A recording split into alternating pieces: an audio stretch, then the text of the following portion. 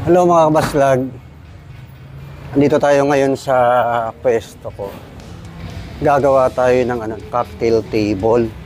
Yung sinasabi ko nung nakaraan na cocktail table. Nung nakaraan kasi bumili ako ng ganito. Ayan. Ginawa ko siyang cocktail table kasi nga wala naman akong cocktail table. Kaya lang napapangitan ako eh. Ayan. Ayan. Ang pangit eh, lalo na pag nilagyan mo ng cover. Pero pinagtsagaan ko na rin kasi tinarkila ko yun eh. Ang arkila nito, nasa 200. Pag may cover, 250. Ngayon, gagawa ako ng cocktail table. Gamitin natin ay pwedeng medya. Ito kasi wala siya sa standard. Hindi siya naka-standard. Pero pwede na rin. Yan. Yan. Then, ang ginawa natin, itong isang buong table na 8x4, hinati natin siya sa 8. So, ibig sabihin, 8 cocktail table ang magagawa nito. Ayan o. Every 2 feet, pinaglalagyan natin ng guhit. Una sa gitna, 2 feet. Ayan. Then, tagto 2 feet. So, sa 8x4, times 8 siya. 8 ang magagawa niya. Ang ginawa natin para mabilugan natin yung bawat area, bali, gumawa ako ng ganito. Ganyan. Tapos kinuha ko yung sukat dito sa gitna, 1 feet, yung pinakagitna. Dito natin nilagyan ng pako. Yan. Then after natin pakuan, ipinasok natin to.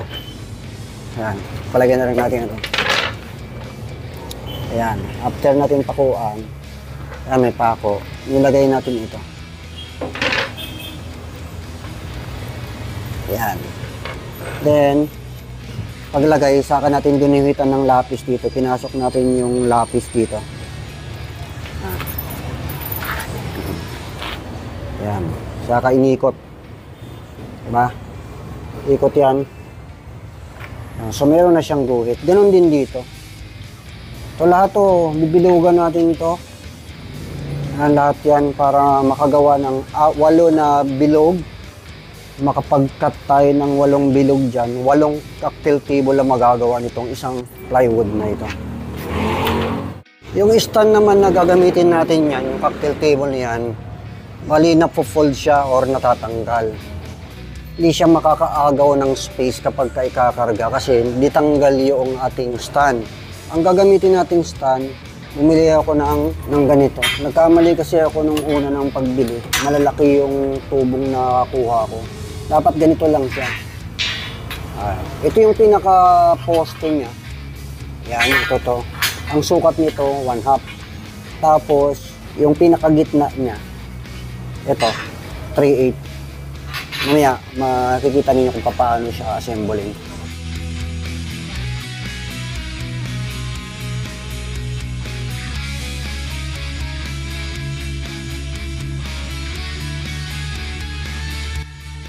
Yan guys, nilagyan natin ng guhit lahat. Binilugan na natin siya. After nito, tatabasin na lang to para hindi mahirap. Gagawin namin, puputulin muna namin yung kalahati.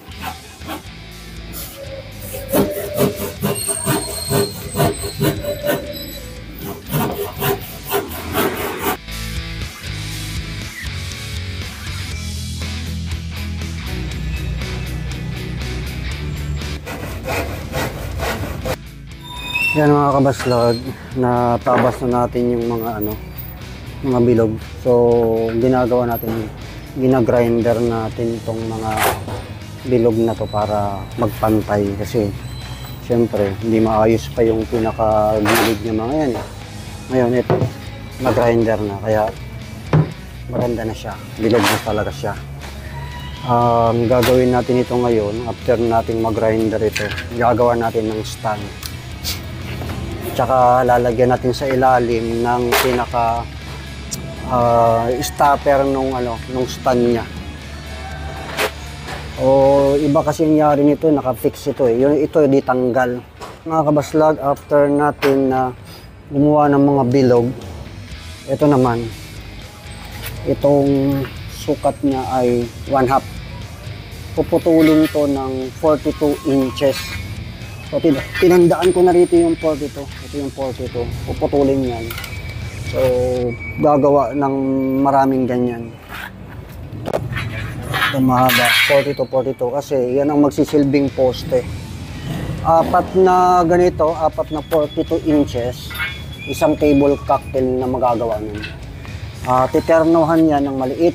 Ito, ang sukat nito ay 3/8. Yung tubo 3/8, yung manipis na tubo. Ang pagputol naman ito maikli kasi pang gitna ito, iniikis to sa gitna. Bali pagka nangyari makikita nyo kung paano.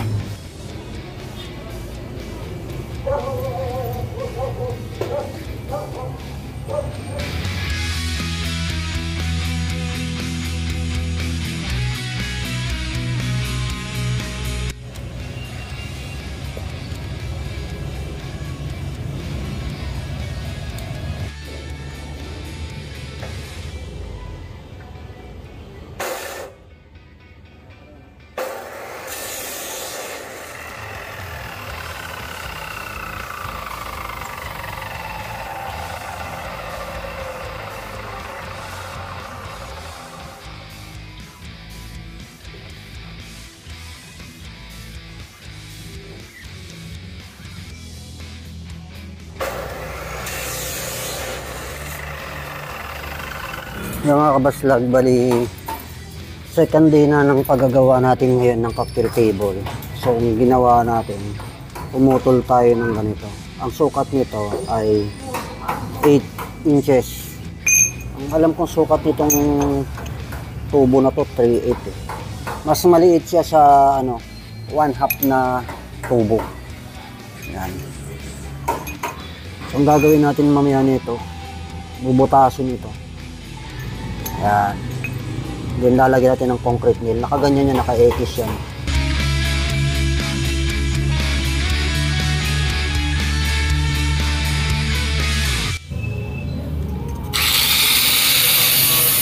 Ayan guys, bali susukatan natin to.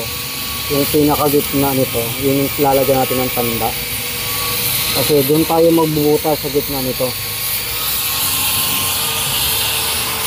So, 8 inches, ang kalahati ay 4 inches. Ito sa 4 inches maglagay ng tanda.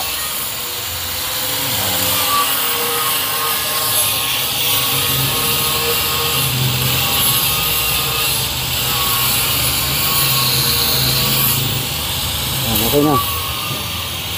Butasan natin itong parehas. Ayan.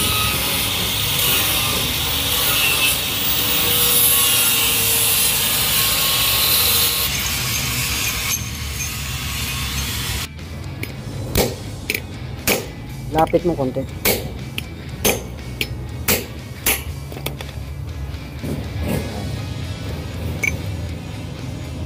Ayan. Ano yun? Siya. Okay na. Yan mga kabaslag. After natin na naipako siya, yung sa pinakagitna niya, pinagtabi na natin yun. So, diniretso natin yung concrete nun. Yung sa gitna, nilagyan natin ng washer. Ayan. Tapos ito, puputulin na lang to ng welding. Hindi masyadong pantay, pero papantayin na lang natin mamaya. Putulin ng welding ito, pero didikit pa ito. Papasok pa yan. So, pagka nayano na yan, ayan, yan yung parang nagsisilbing parang pinaka-epis niya.